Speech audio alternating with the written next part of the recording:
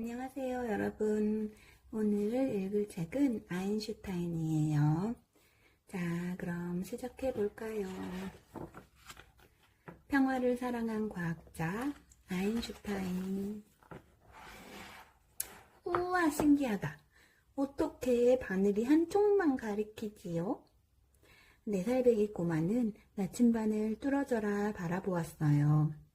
이리저리 아무리 돌려봐도 나침반의 빨간 바늘은 항상 같은 방향만 가리켰거든요. 이건 방향을 가리키는데 아버지는 꼬마에게 차근차근 설명해 주었어요.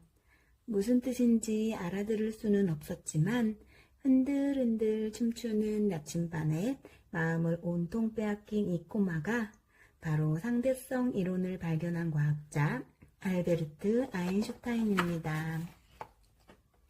아인슈타인은 어려서부터 궁금한 게 너무 많았어요. 알고 싶은 게 있으면 아무리 작은 것이라도 그냥 넘어가는 법이 없었지요. 아인슈타인, 1 더하기 1은 2란다. 왜요? 잘 보렴. 여기에다 하나를 더 놓으면 왜요? 아인슈타인의 질문은 끝이 없었어요. 학교에 가서도 아인슈타인의 질문은 계속되었어요. 선생님, 이 수학 공식은 무엇을 근거로 한 건가요? 선생님은 이치를 설명해 주는 대신 무조건 외우라고 했어요. 왜 공식을 외워야 하죠? 뭐라고? 그럼 바보 같은 질문이 어디 있어? 선생님은 화가 나서 아인슈타인을 교실 밖으로 내쫓았어요. 교실 밖으로 쫓겨나면서도 아인슈타인은 고개를 갸우뚱거렸어요. 왜 과정을 설명해주지 않고 무조건 외우라는 거지? 아인슈타인은 특히 수학을 좋아했어요. 모르는 것이 있으면 삼촌에게 물었어요. 나중에는 대학생들이나 풀 수 있는 어려운 수학 문제도 혼자서 척척 풀 정도였죠. 삼촌이 아인슈타인의 천재성을 발견하고 부모님에게 말했지만 부모님은 믿지 않았어요. 엉뚱한 질문만 해대는 아인슈타인이 잘 자라주기만 바랐지요. 아인슈타인의 가족은 모두 음악을 좋아했어요. 그래서 저녁 되면 온 가족이 모여 작은 음악회를 열었답니다.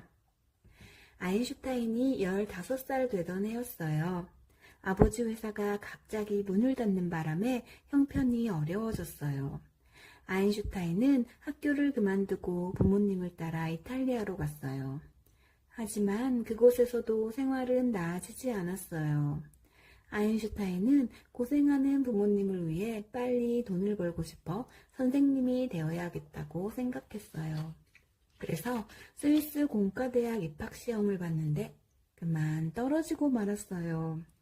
어학과 동식물학 시험에서 낙제를 했기 때문이에요. 아인슈타인이 잔뜩 풀이 죽어 학교를 나설 때였어요. 스위스 공과대학 학장님이 아인슈타인을 불렀어요. 아인슈타인, 비록 합격하진 못했지만 수학과 물리학 성적이 아주 좋더군. 김나지움에서 낙제한 과목을 다시 공부한다면 입학을 허락하겠네. 아인슈타인은 너무 기뻤어요. 김나지움에 들어간 아인슈타인은 대학에 들어갈 꿈을 안고 열심히 공부했어요. 마침내 아인슈타인은 우수한 성적으로 김나지움을 졸업하고 스위스 공과대학에 들어가게 되었답니다. 대학에 들어간 뒤 아인슈타인은 단짝 친구 그로스만과 함께 늘 실험실에서 살았어요. 하루는 알코올 실험을 하고 있었어요. 됐어, 이제 불을 붙여. 그로스만이 아인슈타인에게 말했어요. 불을 붙이다가 이거 폭발하면 어떡하지? 성냥을 든 채 덜덜 떨며 아인슈타인이 말했어요. 그렇게 겁이 많아서 어떻게 실험을 해? 맞아, 난 물리학자는 못 될 것 같아. 아인슈타인은 몹시 실망했어요. 그로스만이 다정하게 아인슈타인의 어깨를 감싸며 말했어요. 넌 생각하는 것을 좋아하니까 이론 물리학을 공부하는 게 어때? 그로스만의 격려에 아인슈타인은 힘을 얻었어요.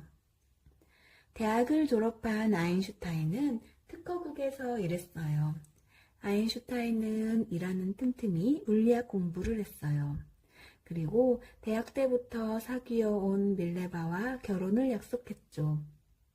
밀레바는 마음이 따뜻하고 이해심이 많은 아가씨였어요. 결혼식 날이었어요. 피로연을 마치고 밤늦게 집에 도착했는데 집 열쇠가 없는 거예요. 아인슈타인이 미안해하며 주인 할머니를 깨우려고 하자 밀레바가 말렸어요. 주무실 텐데 깨우지 말고 오늘 밤은 여기서 보내요. 둘은 현관 앞에서 밤을 꼬박 새웠어요. 그 뒤 아내는 누구보다 아인슈타인을 이해해주고 연구에 전념할 수 있도록 도와주었답니다. 아인슈타인은 26살이 되던 해에 광양자 이론을 발표했어요. 뒤이어 특수 상대성 이론도 발표했죠. 그러자 과학자들 사이에 한바탕 소동이 일어났어요. 아인슈타인의 이론이 시간과 공간에 대한 그동안의 생각을 완전히 뒤엎었기 때문이에요. 도대체 아인슈타인이 누구야? 그런데 부스스한 머리에 꾀지지한 모습을 보고는 모두 어이없어 했죠. 당신이 그 유명한 과학자 아인슈타인입니까? 아인슈타인은 유명해진 뒤에도 돈과 명예에는 관심이 없었어요.